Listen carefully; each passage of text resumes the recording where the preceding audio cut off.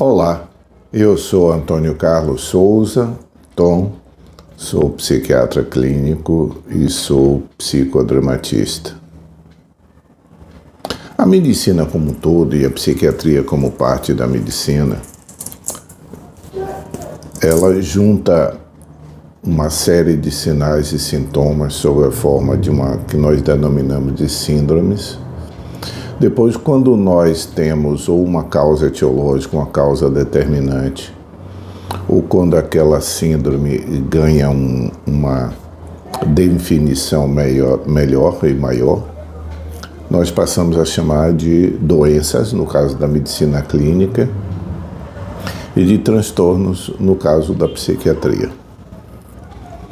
Então, medicina como um todo é sempre um conceito teórico, que é uma construção teórica, que é o diagnóstico, que é o nome do quadro clínico, junto com o que o paciente apresenta. É a justaposição de um conhecimento já adquirido, junto com a pesquisa de como o paciente apresenta. As duas coisas, a arte da medicina está em justapor dentro das queixas do paciente, da forma com que ele coloca, há aqueles quadros que nós já temos umas construções teóricas, já temos construções que são os diagnósticos. E muitas vezes, o diagnóstico, como está posto no livro, nós não vamos encontrar exatamente assim no paciente. Então, como regra geral, diagnosticar algo em medicina não é simplesmente a aplicação de um modelo teórico, de uma construção teórica que é o diagnóstico, à figura do paciente e cortar o que sobrar e aquilo é a construção. Não é assim. E em psiquiatria, decididamente não é. As doenças, ou seja, os transtornos psiquiátricos e as doenças como um todo, elas não são vivenciadas do mesmo jeito por pessoas diferentes. Desde uma fratura simples de braço até uma doença gravíssima, a maneira pela qual a pessoa reage é determinada pelo estilo da pessoa, pelo jeito da pessoa, pelos traços característicos dessa pessoa, ou seja, pela personalidade do paciente. Há um exemplo que eu gosto de citar de uma doença neurológica degenerativa chamada ELA, esclerose lateral amiotrófica, que é como se fosse o oposto do Alzheimer. Quando o Alzheimer tende a preservar o corpo e a capacidade cognitiva vai sendo gradualmente afetada, na doença chamada ELA, esclerose lateral amiotrófica, é o contrário. O corpo é afetado e a mente é preservada. E como é uma doença degenerativa, é uma progressiva perda da capacidade da musculatura sustentar o corpo, sustentar a cabeça, respirar. Então é uma doença bastante grave. O nome, antes de ser chamado de ELA, era chamado de doença de Lou Gehrig, que era um jogador de beisebol da década, não sei se 20 e 30, nos Estados Unidos. Outra pessoa que teve uma variante mais lenta dessa doença foi o físico de Cambridge, Stephen Hawking. Stephen Hawking, por mais de 40 anos, ele carregou progressivamente a limitação física com a preservação completa da sua mente. O primeiro caso, o caso que denominou a doença de Lou Gehrig, era um jogador de beisebol. Então, nós temos um jogador de beisebol e um físico teórico. O jogador de beisebol, o instrumento de vida dele é o corpo. Então, muito possivelmente, não conheço particularidades da vida de Lou Gehrig, mas como é uma doença de evolução que em geral é muito rápida, nós não sabemos, eu não sei pelo menos, qual foi o grau de afetação para ele, mas suponho que para uma pessoa que tem como seu instrumento de exercício de vida o corpo, uma doença dessa natureza, que preserva a capacidade cognitiva, mas paralisa gradualmente o corpo, deve ter afetado particularmente ele, deve ter sido enormemente angustiante essa vivência progressiva da limitação dele, física. Stephen Hawking é um físico teórico, e ele chegou a dizer, não recordo se foi numa entrevista ou não, mas é uma citação conhecida de Stephen Hawking, que ele dizia que muitas vezes ele agradecia a doença porque é como se tirasse o peso do corpo e deixou a mente dele para trabalhar os conceitos físicos e matemáticos que ele precisava. Então é um exemplo claro, pelo menos para mim, de que uma mesma doença pode ter repercussões diferentes e a pessoa pode vivenciar diferentemente. Uma pessoa atleta que mobiliza o corpo, uma doença que afeta o corpo é particularmente angustiante para ela.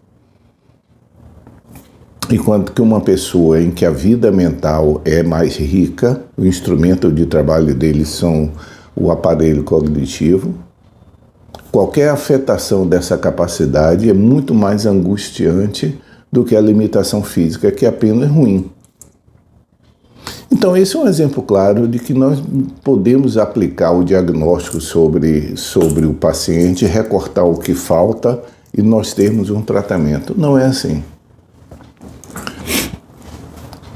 Em psiquiatria, há um transtorno psiquiátrico que é frequente, são chamados transtornos de humor. O que nós chamamos de humor são duas partes da mesma moeda, como fosse o dentro e o fora. O humor é o lado subjetivo de todas as alterações que qualificam a vida, ou seja, que dão cor e qualidade à vida. Alegria, tristeza, raiva,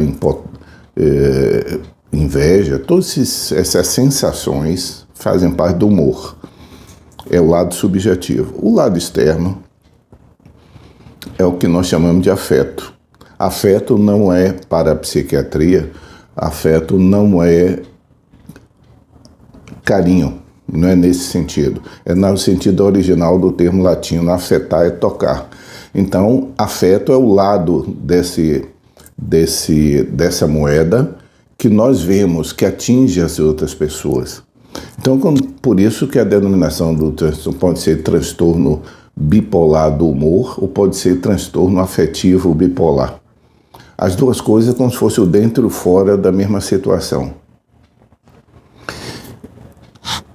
E há uma situação que várias vezes eu bato aqui, porque eu considero importante chamar a atenção.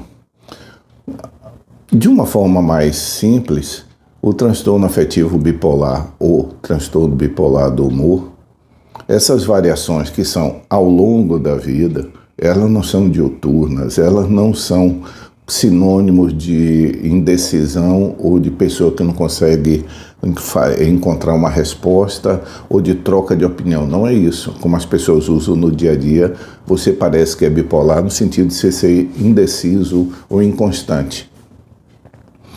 Esse transtorno de humor ele evolui ao longo da vida da pessoa.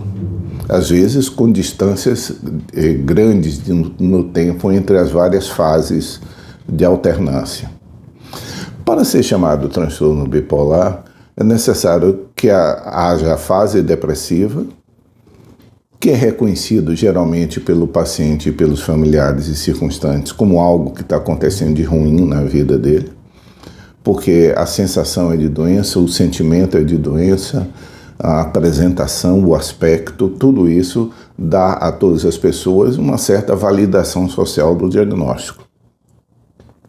E o outro lado da moeda, que é a elevação de humor.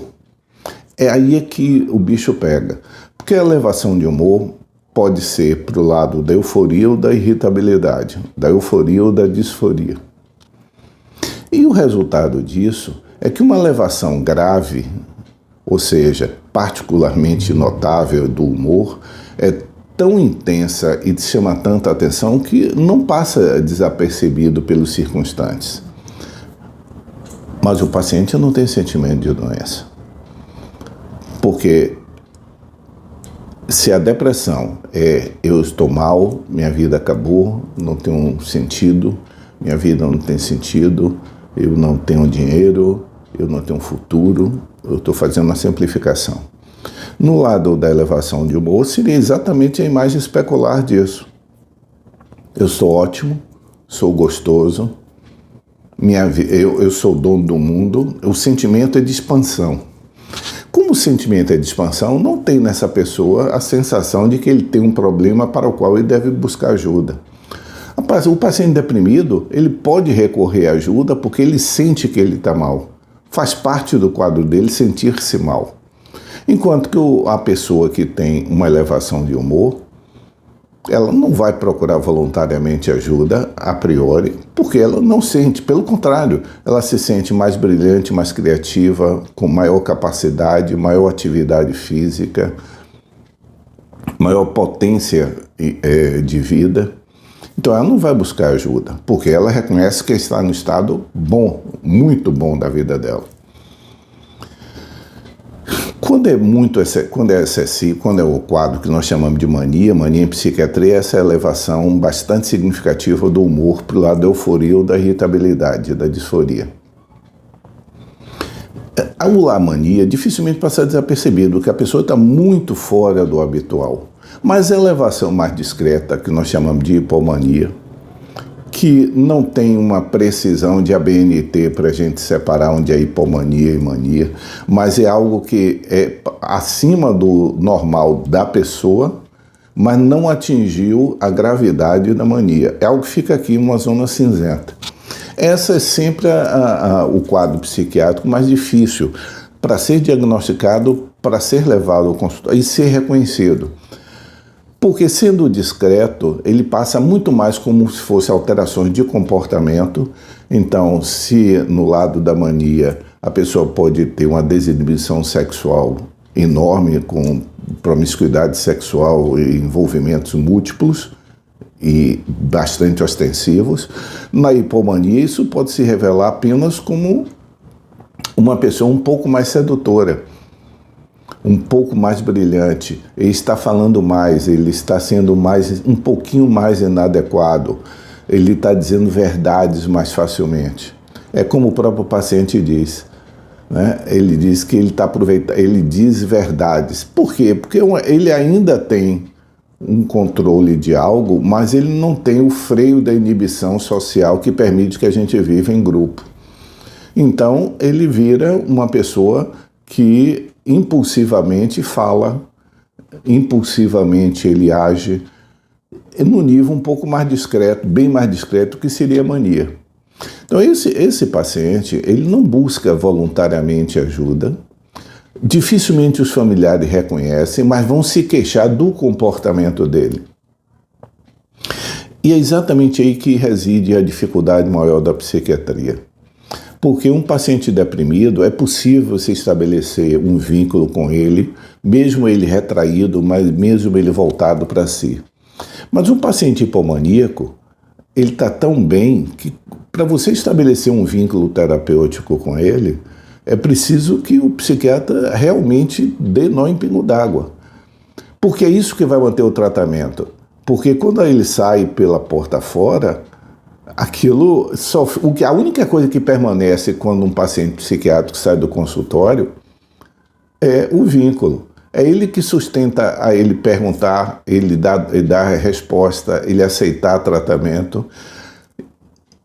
Então, eu quero concluir hoje chamando a atenção disso. As doenças são diferentes, são vivenciadas diferentemente por pacientes diferentes.